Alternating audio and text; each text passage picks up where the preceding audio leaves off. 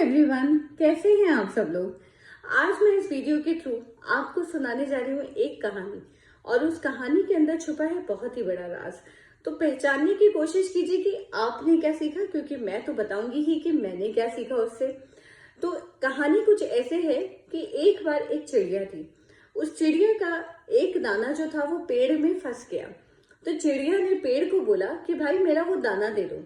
तो पेड़ ने उसको मना कर दिया कि मैं तो नहीं दूंगा। तो चिड़िया जो थी उससे रिक्वेस्ट करती रही, पर वो नहीं माना। फिर चिड़िया गई बढ़ई के पास, कारपेंटर के पास, कि भैया तुम इस पेड़ को काट दो, ये मेरा एक दाना लेके ऐसे बैठा हुआ है और दे नहीं रहा है। तो बढ़ई ने उसको गुस्सा करके भगा दिया कि भैया तुम जाओ, ये ऐसे कोई काम होता है कि छोटे से दाने के लिए मैं पेड़ को काटूंगा आपके। तो चिड़िया ने उसकी बात सुनी और ये सुन के वो गई राजा के पास, और उसने राजा को बोला कि भाई देखो मेरा एक ऐसे दाना फंस गया, मैंने बढ़ई को बोला था कि पेड़ काट दो, पर उसने मना कर दिया, तो आप कुछ कीजिए, बढ़ई को सजा दीजिए। तो राजा ने ये बात सुनी तो उसको गुस्सा आ गया चिड़िया के ऊपर, और उसने चिड़िया को भगा दिया कि तुम कैसी बातें कर रही हो, ऐसे नहीं होता कि मैं बढ़ई को सजा दूं। तो ये सुनकर चिड़िया जो थी फिर गई महावत के पास।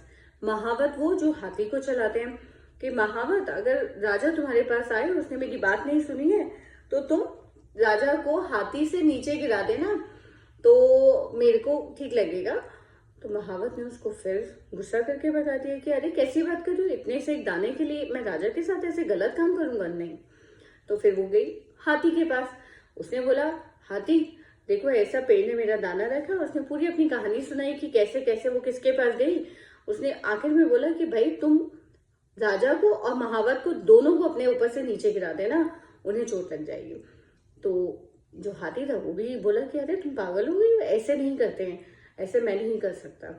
तो अब चिड़िया फिर गई चींटी के पास कि भाई चींटी रानी तुम जो है ऐसे हाथी की सूंड में घुस जाना, और उसने पूरी अपनी कहानी बताई कि कैसे कैसे उसका दाना फंसा और किस किस के पास वो क्यों गई और क्या क्या उन्होंने किया। तो चींटी ने भी उसको बोला अरे कैसी बात कर रही हो, ऐसे एक तुम्हारे दाने के लिए मैं हाथी की सूंड में घुसूंगी।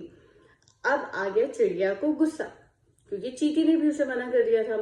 तो बोली औरों पे तो मेरा बस नहीं चला, लेकिन तुमको तो मैं अपनी चोंच में दबाकर पक्का खा सकती हूँ।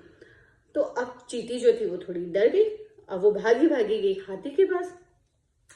हाथी को उसने बोला घुस गई तुम्हारी अगर मैं सूंड में, तो तुम सोचो क्या होगा।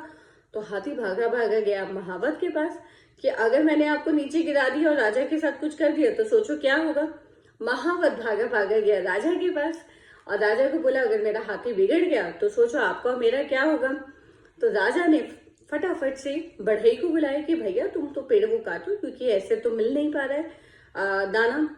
तो बढ़ई गया फिर पेड़ के पास, क्योंकि अब बढ़ई को भी सजा मिलने का डर था। तो जैसे ही वो पेड़ के पास पहुंचा तो पेड़ बोला अरे बाबा मैं आपका दाना वापस कर देता हूँ, आप लेके जाओ।